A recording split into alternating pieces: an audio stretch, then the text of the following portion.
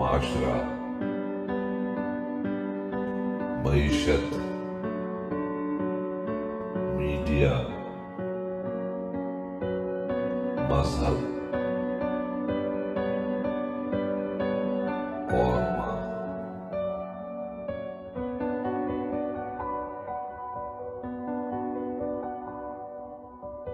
السلام علیکم۔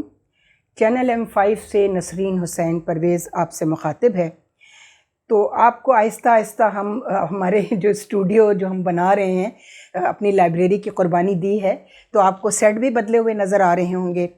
اور ایک بات کی خوشی ہے کہ جیسا کہ میری ایک دوست ہے، انہوں نے کہا کہ میں تو اس پہ حیران ہوں کہ تمہارے یہ 3000 سبسکرائبر بن کیسے گئے۔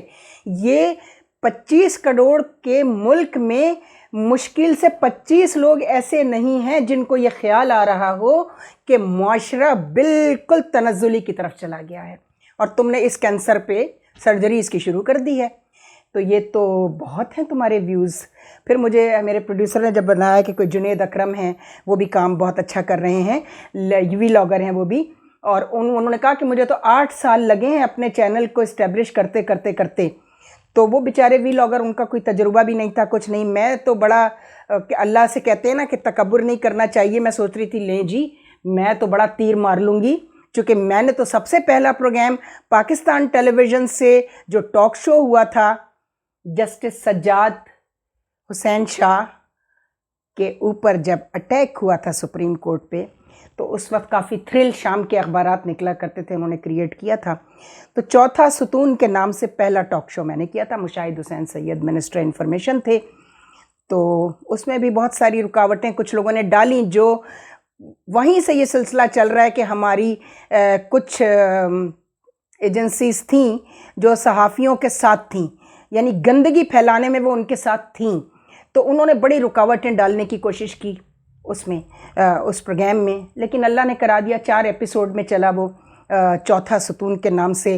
اور سارے ہی شام کے اخبارات کے ایڈیٹرز، جس میں نذیر لغاری عوام سب سے بڑا زیادہ چھپنے والا اخبار تھا، آج بھی چھپتا ہے شاید، نذیر لغاری صاحب تھے، اور لیڈر اور اسٹار کے ایڈیٹرز تھے رفیق صاحب، اور دوسرے غالباً فردوس ماتری یا انقلاب ماتری تھے،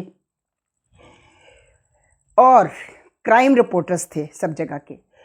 پروفیسر متین الرحمن مرتضیٰ مرحوم، اللہ ان کی مغفرت کرے، کروٹ جنت نصیب کرے، میرے استاد بھی تھے، میری ڈاکٹریٹ کی تھیسز میں وہی میرے سپروائزر تھے، اور ہیڈ آف دا ڈپارٹمنٹ تھے کراچی یونیورسٹی جرنلزم کے، ماس کمیونیکیشن کے، وہ تھے شمیم کاظمی تھیں، اور امبٹس مین تھے جسٹس منور مرزا۔ وہ 3 ہم نے جج بنائے تھے، اس میں آڈینس بھی تھے اس پروگرام میں، آپ دیکھیں گے، میں کسی وقت اپلوڈ کروں گی۔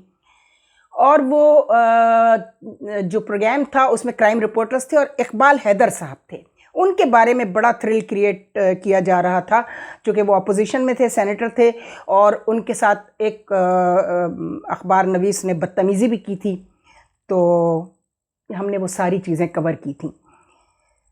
کرائم رپورٹرز مقصود یوسفی تھے، ان کو میں ابھی بلاؤں گی، جنگ کے سب سے بڑے کرائم رپورٹر، اور بکاؤ نہیں، ورنہ کرائم رپورٹرز عموماً بکاؤ ہوتے ہیں، بلیک میلرز ہوتے ہیں۔ وہ صاف ستھرے آدمی تھے، پریس کلب کے سیکٹری بھی رہ چکے ہیں، کراچی پریس کلب کے، اور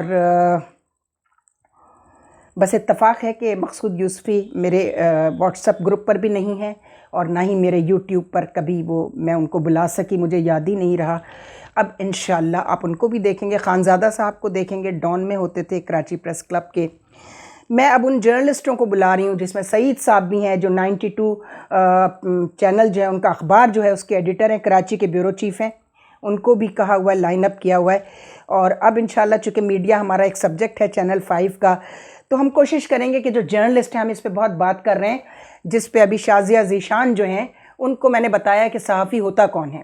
یہ بہت زیادہ شور مچ رہا ہے نا کہ جی صحافی چینل چھوڑ رہے ہیں، صحافی ملک چھوڑ رہے ہیں، صحافی جو ہیں وہ صحافت چھوڑ رہے ہیں۔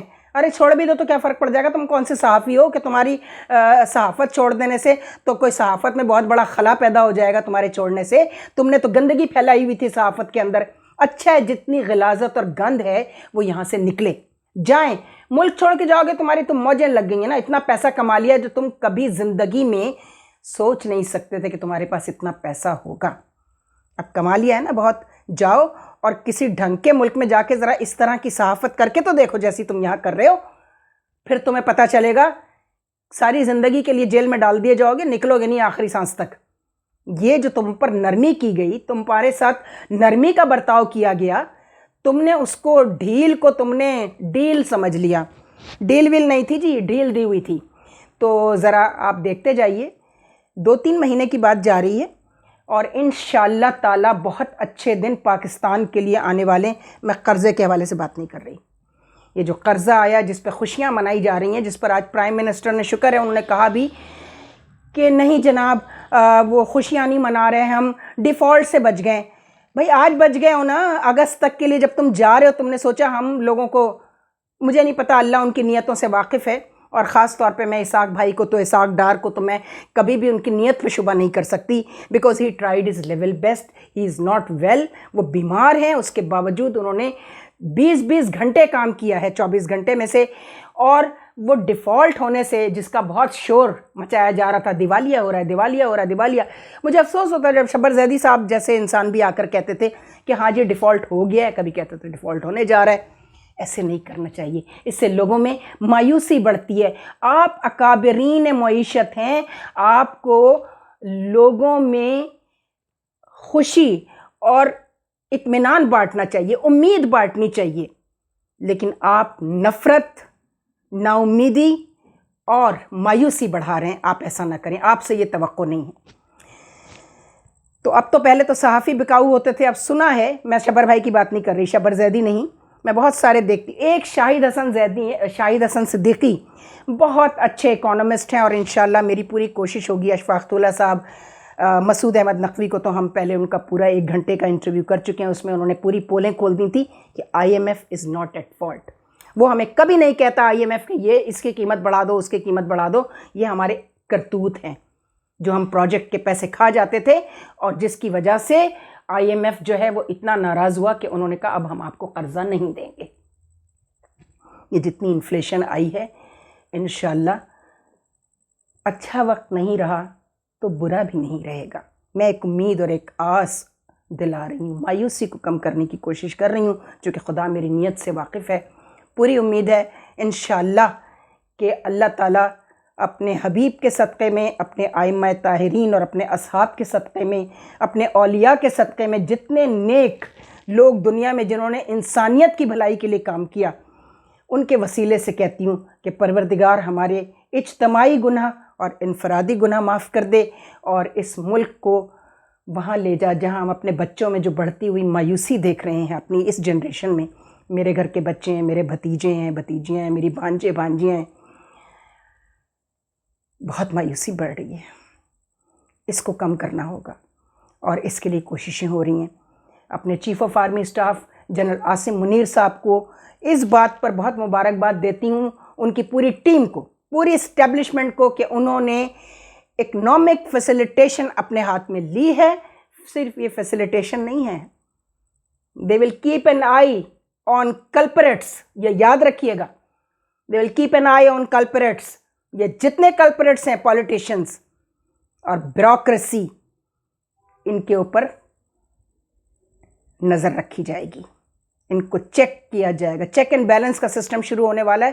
بس اگلا جو 14 اگست ہے, اس دن جشن آزادی کے ساتھ مجھے پوری امید ہے کہ میں آپ کو اور بہت ساری خوشی کی خبریں سناؤں گی, مایوسی ختم ہونے کی خبریں سناؤں گی. دعا کریں جیسے میں کہہ رہی ہوں, پروردگار ویسا ہی کر دے. آمین.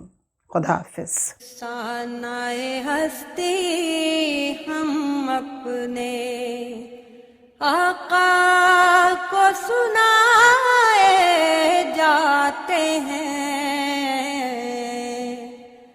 افسانۂ ہستی ہم اپنے آقا